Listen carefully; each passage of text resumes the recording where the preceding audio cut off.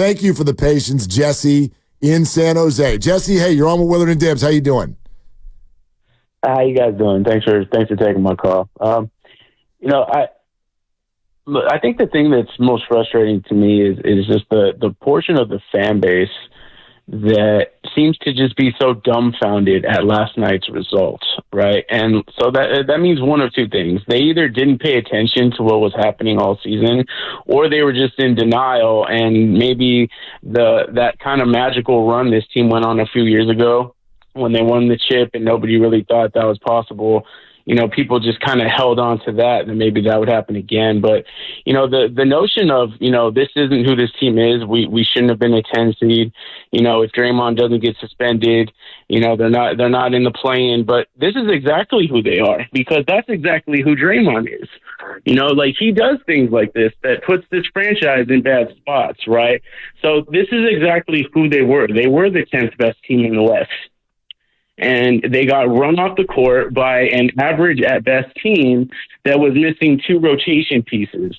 And this is really what's the most concerning part, and this is what people really don't want to look at, is instead of being disappointed in being the 10, we really need to see it as what it is. They're lucky they were the 10 this year. And what I mean by that is we all know that if Memphis has Ja Morant this year, they're better than the Warriors. So this team misses the play-in altogether. Right now, I don't know if that changes the discussion. I mean, this team is not competing for anything significant one way or another. Yeah, your larger point is a good one, Jesse. I would stick with what you said first, though, which is let's remove ifs and should-haves and could-haves and would-haves, which also removes the if Ja Morant, because I don't know, Ja Morant might have played and then he might have brandished a gun. I have no clue what the hell. Right, so yes, they were worthy of where they were, but you're right, Jesse. They're also worthy of where they are today. A couch.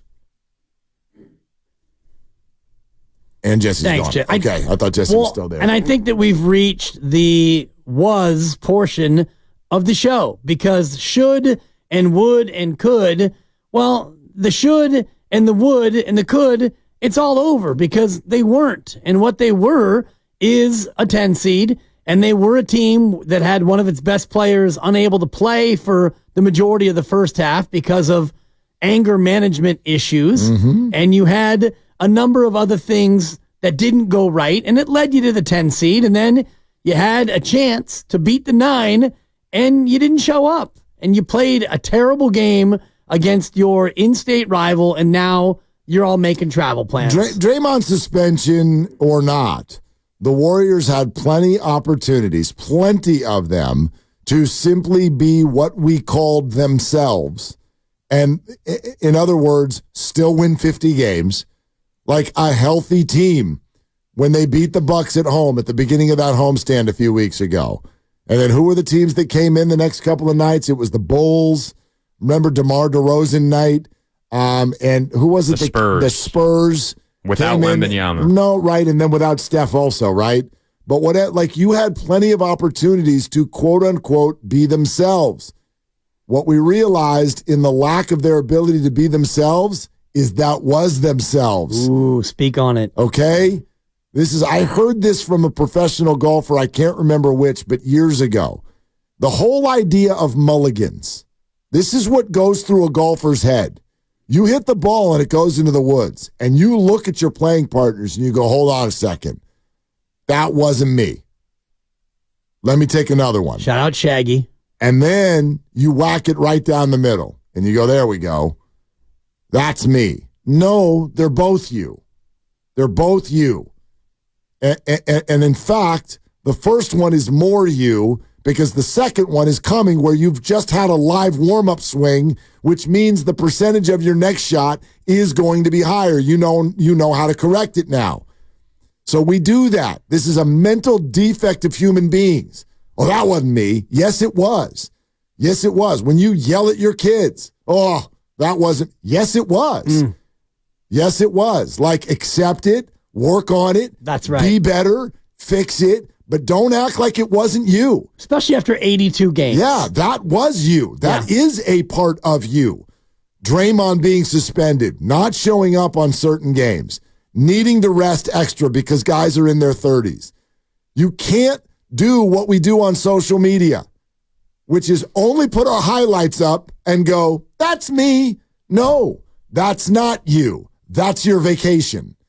That's not you. They're all you. So that's the message of this Warriors season.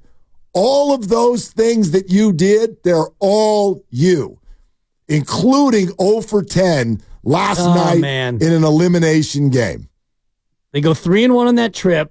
It ends, you lose to Boston by 52. Who cares? None of us even batted an eye because you went 3-1 on the trip. It was a great trip. And you come home and you beat Milwaukee. Now you're 5 above. Lost to Chicago, lost to San Antonio. Nice bounce back to beat San Antonio. Yeah, you lose to Dallas. You beat the Lakers. You lose to New York. You beat Memphis.